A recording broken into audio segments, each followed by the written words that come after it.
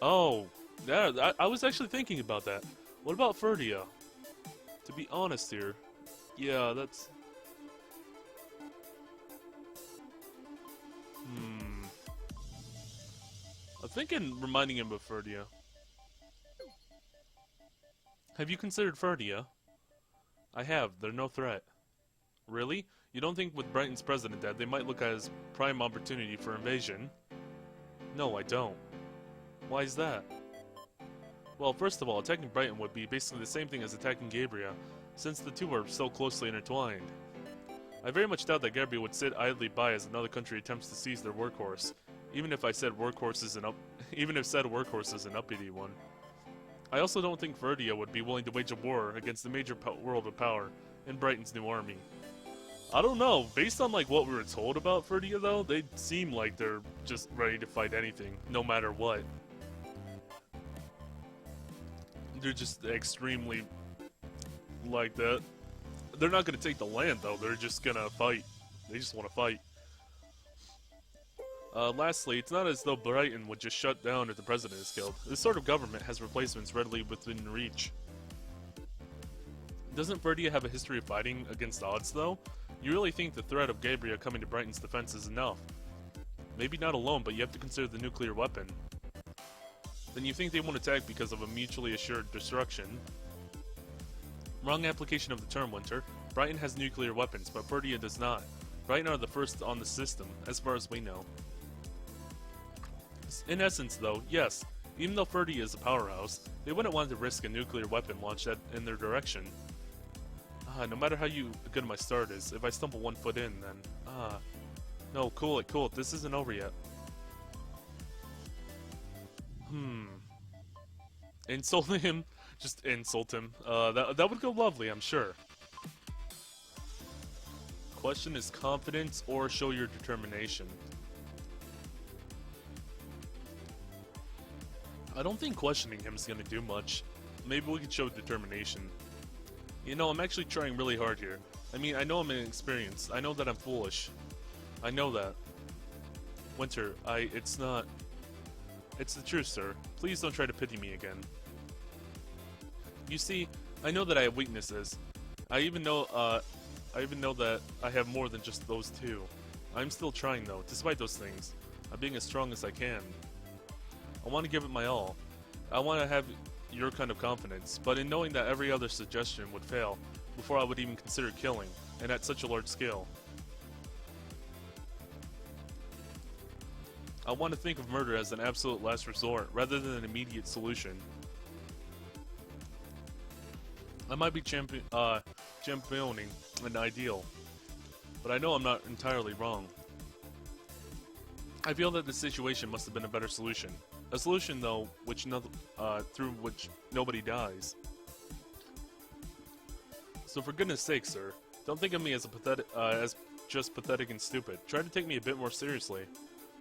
Winter, I don't think you're pathetic or stupid. Oh, come on now. No, listen, I think you're an incredible person, Winter. Excuse me? Listen. Are you making fun of me? Incredible. Seriously? I said that wrong. It was a little weird, I'm sorry. You have a lot of strength. Not many students would be so rebellious. But Winter, it's also your detriment. You can't just go off of inner strength alone. Things are more complicated than that. These worlds are different, and it is a fact that I know more about them than you do. So, just trust me, alright? I don't think that I can. How should I proceed from here?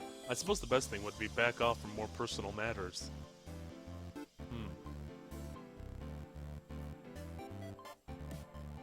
Okay. So, at the top or bottom, so we can deconstruct this plan, or consider other options. I feel like he already knows his plan, though, and considering other options wouldn't work either. But we need other options.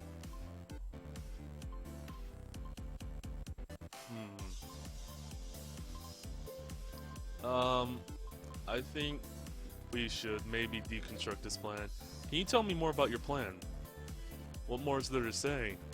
I killed the president, and there are two probable outcomes. Gabriel shuts Brighton down before the nuke is launched, or the nuke is launched with the backing of the people. Is that really all there is to it? I mean, I admit that maybe it could work, but it's just so narrow-minded. Aren't there less bloody ways to bring about order here? Furthermore, these are only possibilities, so it's possible they might not work out. Sure, but it's quick, it's easy, and it leaves a lot of time for additional measures. Quick and easy, eh? Huh, I can't believe what I'm hearing. People's lives are at stake, and you're treating it as if it were a game. If you hit enough pressure points in a system, things usually work out. Even if they don't, avenues for resolution are often made apparent by it. Oh gracious, did you honestly tell me, just tell me that you go into systems, smash things until they work out? Are you the type who thugs a computer thinking it'll fix bugs? No, obviously things aren't that simple. Ah, but you seem to be all about simple. Alright, listen here, Runt. You've only been to one other world before. One, you didn't even mediate it. You didn't even have a real problem. Poison water? Help the simpletons invent a damn filter. Cackle? How did you even get to that point? It was never an issue. Oh, but here you are, with this sole sliver of experience. This odious, sanctimonious air. And you suddenly think you have all the answers. You! Do you not know how long I've been doing this? Do you not know how many worlds I brought to order?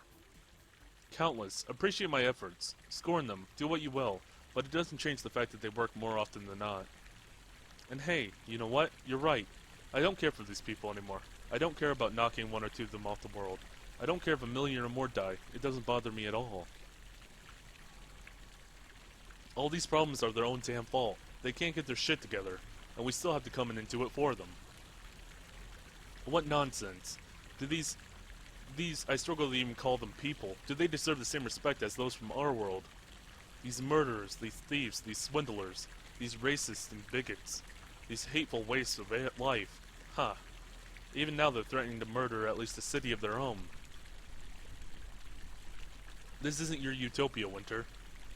This world doesn't work like the one you're used to. These worlds, oh, they can be brutal. Winter, if you can't even handle this, if you can't handle this alone, then pack your bags when we return, because this isn't the job for you. Well, sorry, that was too much. Listen, this is just the way things are.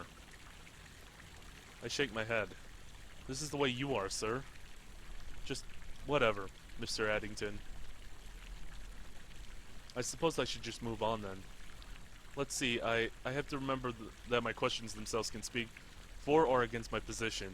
While keeping that in mind, Winter, wait. What, sir? Don't ask me any more questions. Well, I suppose you really did break the mood. I would prefer to ask you something myself, and then we will end it. That's so? He nods. Fine. I'm not exactly right and ready to ask anything else, I'll admit. Right then, here goes. Why are you doing this? Huh? I just, that... Again, he nods. Well?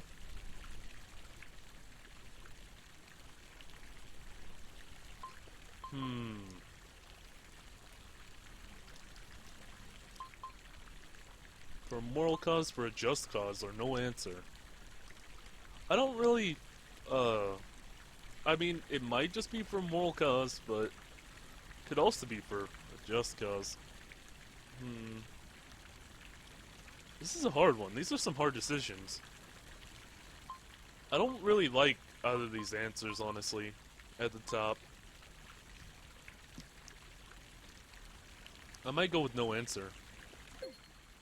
Would no answer suffice? Not ordinarily. Are you telling me you don't have a reason? It's just that I'm very annoyed with you. Yes, annoyed, or I'm annoyed at something, and I just want to get rid of whatever it is. Winter, you aren't going to get rid of me. No, I'm saying that I want to change something. For a while now, I've been feeling stuck and gracious? I shouldn't say this. No, go ahead. I've been feeling rather anonymous, so I had to fight you. I had to fight you so that I could feel as though you were still a person. I felt like I had to scrape those words off my tongue. I see. He says with a hint of finality, which I take.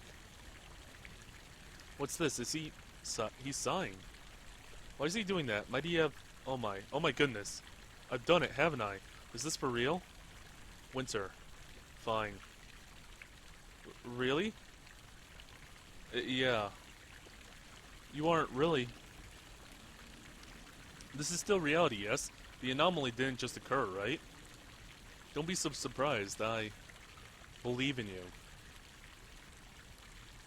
I think that, if anything, you have the proper conviction to maybe have a shot at succeeding here. I can't say you're wrong, Harrison. You made your point rather clear, if you ask me. Oh, okay. Are you ready then? We wasted quite a bit of time with that debate. I am. Alright, consider the mediation underway. I now have a strength in certain gravitas. I am not overjoyed by any means of my success. However, I feel kind of relief in knowing no one will be murdered here. If anything, I am most certainly confident that I managed to get Cyrus, as stubborn as an ox, to listen to me. If I can do that, what do I have to worry about? So, where's the president? Good question. We'll need to find out. We don't have the location of the president offices lodged, so perhaps we'll head to a library. At least, it should be easy internet access. I giggle at this irony, but Cyrus is thoroughly unamused. Do we know where the library's at? In a minute. He looks away from me, and I follow his cue. As it turns out, many people have started filling the streets, pale-faced and shaken. I should say, the few people who I've seen during my time here have all had familiar looks of weariness on their faces, but they've nonetheless greeted me with a smile. These people do not have the strength to even do so much. I imagine the speech must be over now, and that was quite, and what was said, quite disturbing. Cyrus breaks away and strolls over to an older person, his expression stern. After half a minute of serious-looking chatter, he returns, walking straight past me upon reaching me. Come on, let's go.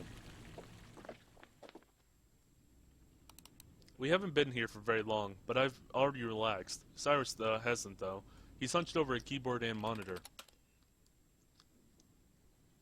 In a situation less strict with time, I think I'd like reading some of these books. Their stories must be very odd.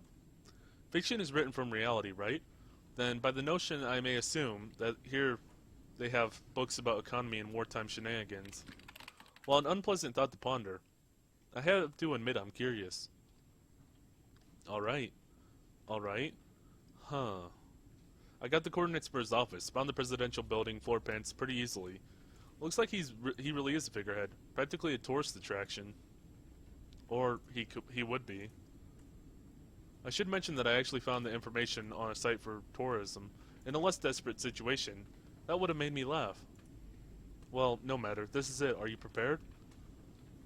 The location data has been sent to your ICD. We'll be off when you're ready.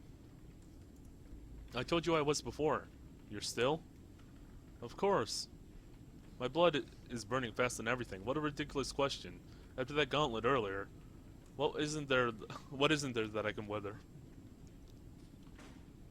Alright, but if you get worried at all about the dangers, remember that I'm here. I'll make sure you're safe. Oh god, this doesn't feel good. Is this going back? Oh no. Is he gonna kill the president anyway?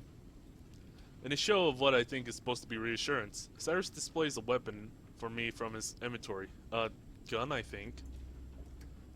I do not take it very well. An understatement, if I've ever thought one. I almost have a breakdown at the sight of it. Image and reality are very separate things. And I was beginning to think that these guns didn't exist. I was hoping they didn't exist. In its presence, I feel myself shrinking. And I can only hope that I will pump back up in the next minute or two. I can't be cowering at the climax, can I? I shake my head quickly. We'll shift in 5. Awesome, that's awesome. I start breathing in through my nose and out through my mouth, slowly trying to quell my heartbeat. Within 5, it is mostly successful. Surprising. With today's record, one would imagine it be having a fit around now. Oh, and one more thing. Huh? Don't say a word.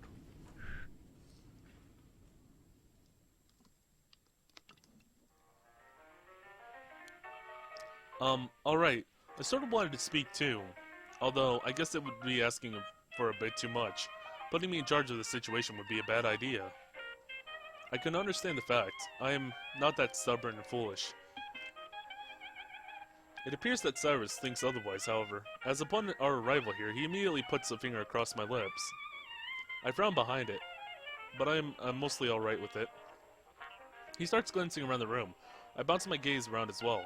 There's a desk, a crest, flags, a man at the window, a video camera, presumably to make the addresses with, and other things. Is that a radio I hear?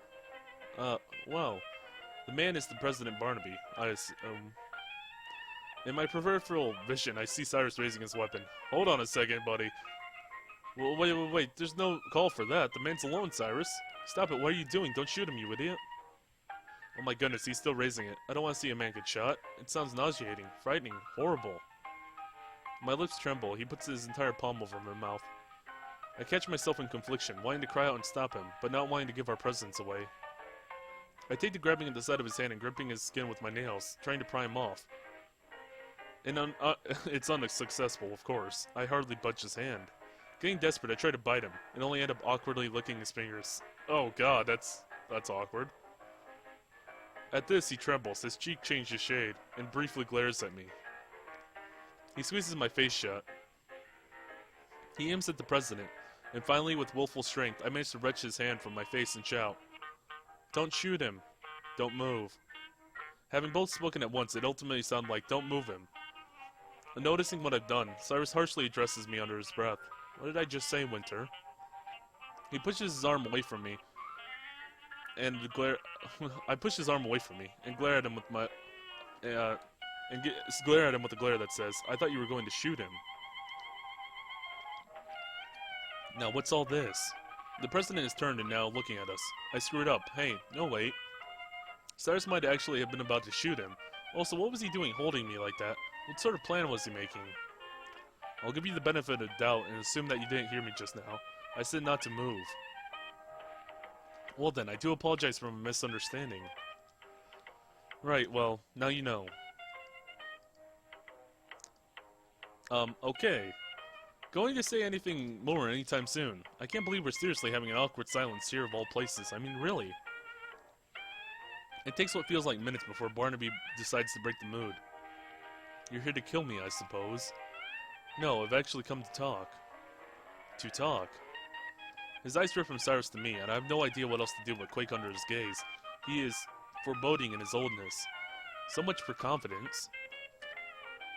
I don't believe guns can speak. Cute.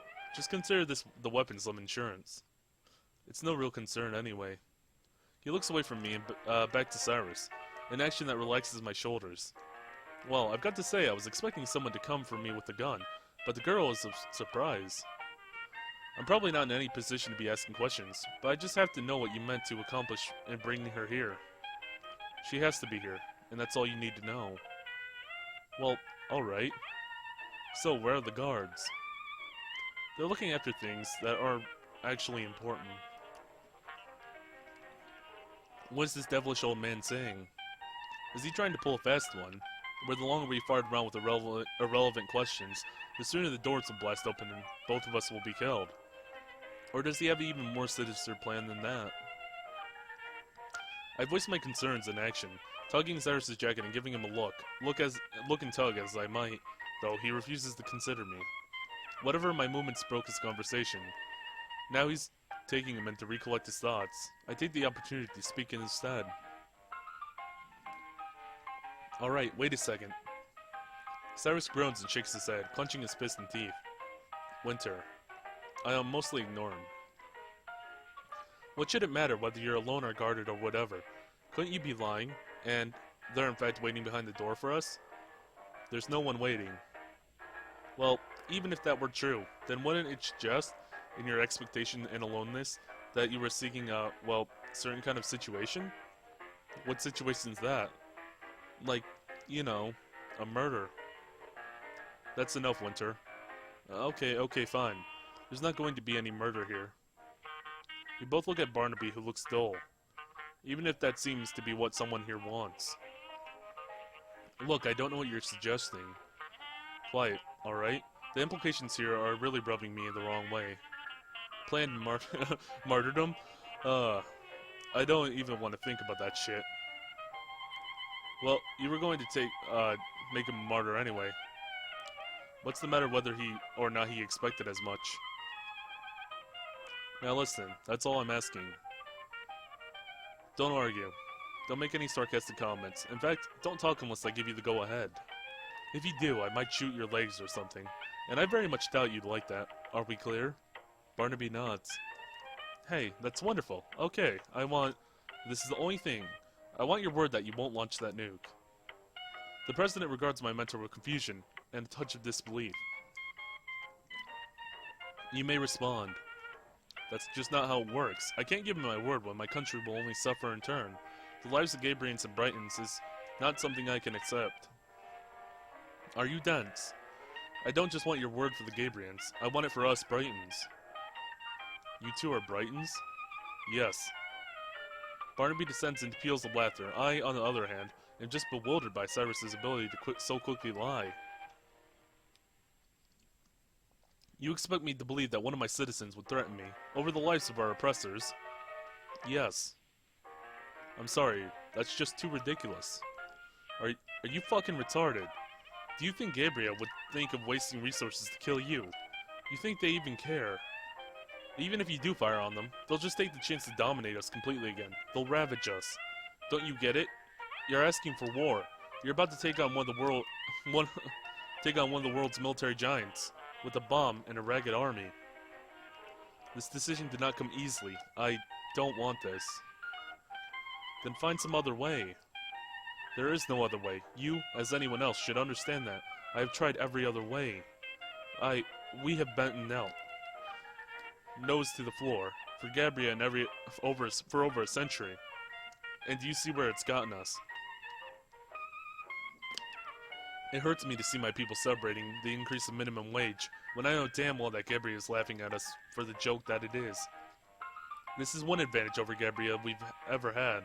A weapon incomparable to anything in their arsenal, in anybody's arsenal, and I'm not about to waste that. The options are exhausted. I gave them an ultimatum, and I swear that you were ready for this. We alone can't take on the forces of Gabriel, even with the funding they gave us. We are not alone. Looking flustered, Barnaby palms his face. The adults fall silent.